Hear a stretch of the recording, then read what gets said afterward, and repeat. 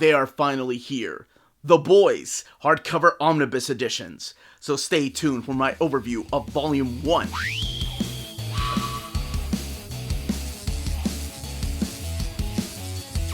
And welcome back, everybody. First thing I want to do is thank Vincent Faust and the kind folks at Dynamite for sending us copies and advance copies of The Boys Omnibus.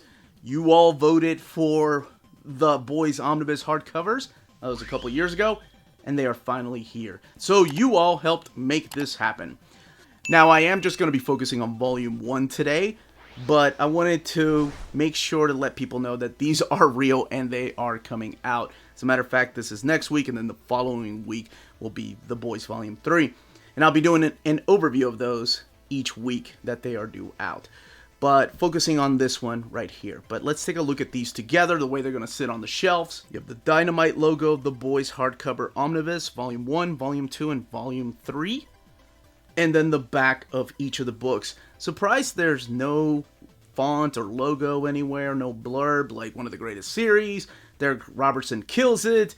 Nothing like that. Just the ISBN, definitely mature content, and the superhero right there, the logo. The other interesting thing is that with mature content, I'm surprised at least my copies didn't come wrapped in plastic. Now, they could be just because these are advanced review copies, or it could be that they're not doing plastic for these. But being the mature content, most mature content books do have plastic around them just because, believe me, I was a curious kid too.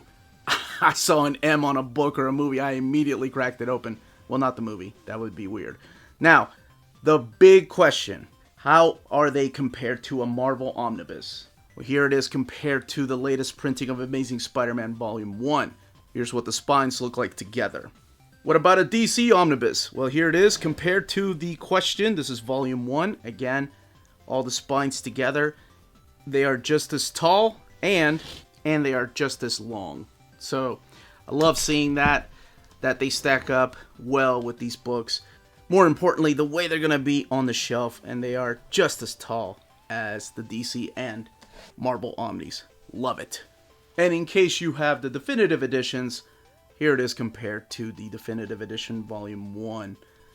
These came out years ago. A lot of them are out of print, but of course these are the size of absolutes, so they are bigger in dimension. But the price for these, the retail price, is $99.99. And the one thing that I didn't note, but I'm pretty sure you could probably tell, is that it does have a flat spine. So unlike the Marvel and DC books, the spine is flat, so it's more like a Dark Horse or an Image hardcover. Underneath the dust jacket, we have Garth Ennis, Darrick Robertson, The Boys Hardcover Omnibus Volume 1. We have that blood splatter image right there. Dynamite, The Boys Hardcover Omnibus Volume 1. Then the back is pretty plain, nothing on it. It's in this glossy finish, so you can probably see the reflection of the lights bouncing off of it. Alright, let's crack this open, look at the artwork, talk a little bit about the story. Okay, cracking this open. So this is in celebration of the 15th anniversary of The Boys. Here's your table of contents right here. We have just white blank end paper. Hardcover Omnibus Volume 1, created by Garth Ennis and Darrick Robertson. Written by Garth Ennis, and then here are all the different artists that work on this particular volume right here. Your table of contents. Pretty much just breaking up the story arcs because there's really no page numbers. And speaking of pages, this book has 792 pages. And this collects the first 30 issues of The Boys. So that's what you'll find in this particular volume, just issues 1 through 30. This is the way you're going to see the covers. Going to have just a little blurb about the cover up there in the corners, and then kicking it off with issue number 1. Now, one thing I'm going to state here, just in case, sometimes I think I'm stating the obvious, but, you know, not everybody has read these stories or has seen the TV show for that matter. These are really graphic and violent stories. There's a reason why there's a mature label on them. So just in case, well, I probably should have warned you before you saw that. Well, okay, that's not that bad compared to what you're going to find in the book. Just in case, you know, if you can't stomach those kind of things, respect, but this book may not be for you. because it is really, really gratuitous. Alright, so here we meet the character of Butcher, and here's his dog Terror.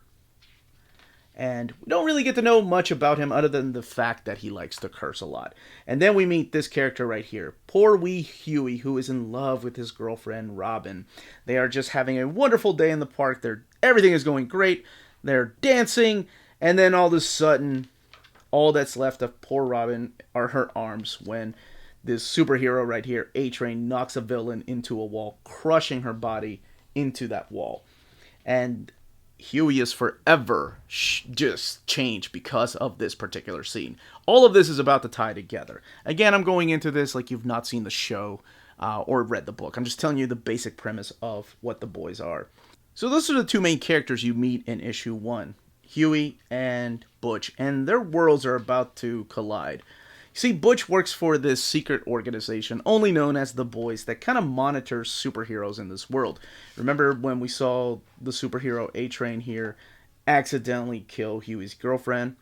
Well, they monitor things like that, and a lot of them are in this secret organization because they kind of want payback for the things that these superheroes have done. So this world does have superheroes in them, and then we have regular folks like Huey and Butch. Well, maybe with some secrets. So at the end of issue 1 is where they meet, and Butch is about to enlist him on this secret group of... Think of it like the CIA, but only monitoring superheroes. And of course there's going to be, well, lots of miscommunication and fights throughout here. So those are not the only two members. We also have the Frenchman right here. We have the female, who doesn't speak, who's mute, but is violent and one badass chick, and Mother's Milk. And there's a reason why he is known as Mother's Milk. So this series was originally collected over at DC Comics. It was published, like the first 6 issues were published at DC, but DC found it to be too gratuitous for them.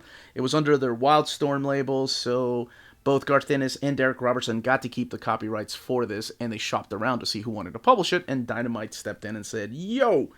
And it's a damn good thing they did. Because, I mean, we wouldn't have the show, we wouldn't have this great story without it. So if you're coming over from the show because you're interested in the story, I'm going to say a couple of things, because there are some differences. Here we meet the Seven, which is like your Justice League. You have your Superman character, you have your Wonder Woman character, your Flash, your Aquaman type of characters.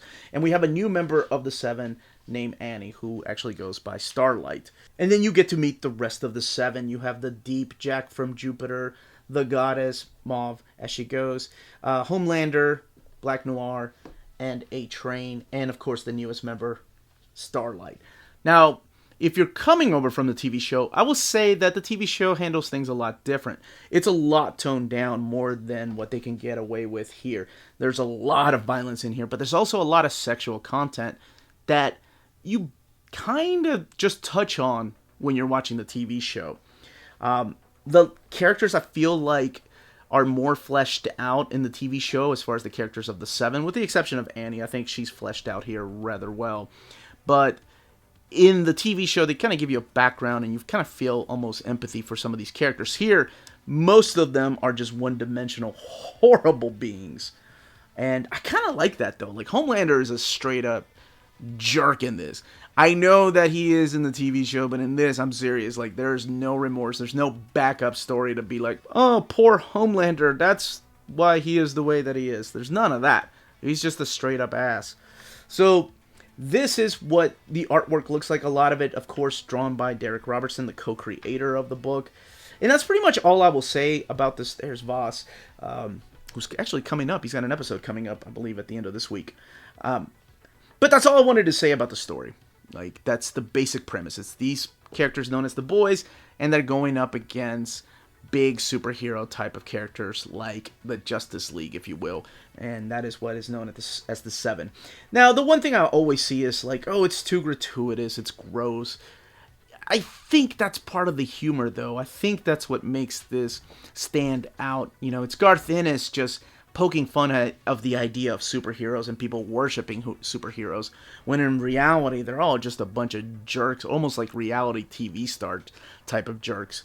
And I think That's what people miss out on when they see just that layer of sexual content or violence for the sake of being violent. There is a deep story in here. There are some wonderful human connections and chemistry between characters. Like the connection between Butch and Huey. I think it's wonderful. I love their relationship in this. But it's this type of artwork, and I completely understand if you can't... Hey! The legend, he showed up recently. He's a lot different, too, in this. It is a lot more gorier, so expect more levels of gore in here. And let's just look at the extras in the back. All the way in the back is the extra material, including a short story and then the variant covers. There are some variant covers on the opposite page of the standard edition covers throughout here. And I'm going to show some of these, not all of them. There are also character bios in here and sketches and pinups, and have to censor some things back here. My gosh, there's nothing but censoring, so I'm just going to skip all those pages. Here is The Boys number 4, the script to art. Love when they do that. And then there's introductions all the way back here. Now let's talk about the build of this particular book. Hardcover Omnibus Volume 1. So it is sewn binding, and here is what the eye looks like. It's a pretty good eye. It lays over rather well. The paper stock is this glossy paper that they're using, but one thing I noticed is towards the very beginning, some of it started to wave. Now, that could be because of where this was kept, in a warehouse, humidity. We've seen this happen before with Marvel Omnis. In the past, one that comes to mind right off the top of my head is the Sam Wilson Captain America, or I'm sorry, Rick Remender Captain America Omnibus. But by the time you get to the main issue right here, issue number 1, fixes itself. The paper stock that they use reminds me of the paper stock from the Sheridan printer that Marvel has been using. I know it doesn't mean anything to people, but things like the Inferno Oversized Hardcover, the X of Swords Oversized Hardcover. It's not like the iMac printer, the thin paper that we've seen come from overseas from the Turkish printer, but it's also not as thick as something that we've seen DC put out. So it does get the job done. I don't really see a lot of art bleeding through from the opposite page, even when the pages are just white. Let me see if I can find one. Yeah, see, like right here. It's really not art bleeding through. So, like I said, it gets the job done. Thicker glossy paper is the way I would describe it. So we talked about the binding, the build, and the page count. Showed off the art. That's it. That, as they say, is that. If you're interested in purchasing this book, don't forget to check out our sponsor, cheapgraphicnovels.com, your online home for graphic novels and collected editions up to 50% off cover price. They have excellent shipping and prompt and helpful service. Check out their bargain deals for up to 90% off cover price. And don't forget that CGN also takes pre-orders. That way you don't miss out on the hottest releases. And they are currently running a special promotion for you Minties. If you're a first-time customer, after receiving your order confirmation email, reply back to that email and let them know Near Mint Condition sent you their way. They will then apply a free shipping promotional credit to your next order in the US. Cheap Graphic Novels, your source for the hottest books with the kind of deep discount, quality shipping, and customer service that will keep you coming back for more. And that was the content and build of Volume 1.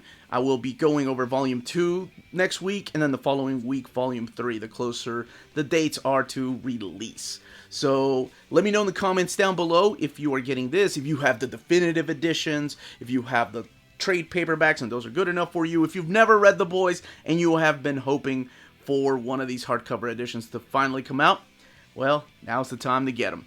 Again, this was the Uncanny Omar. Thank you all so much for watching. If you have any more questions, leave your questions down below. Don't forget to smash that like button, subscribe, and ring that bell for notifications to let you know when our videos are going live. We are on Spreadshop and Patreon. Amazing ways to support the channel if you can do so. And more importantly, everyone stay healthy and safe out there. Much love.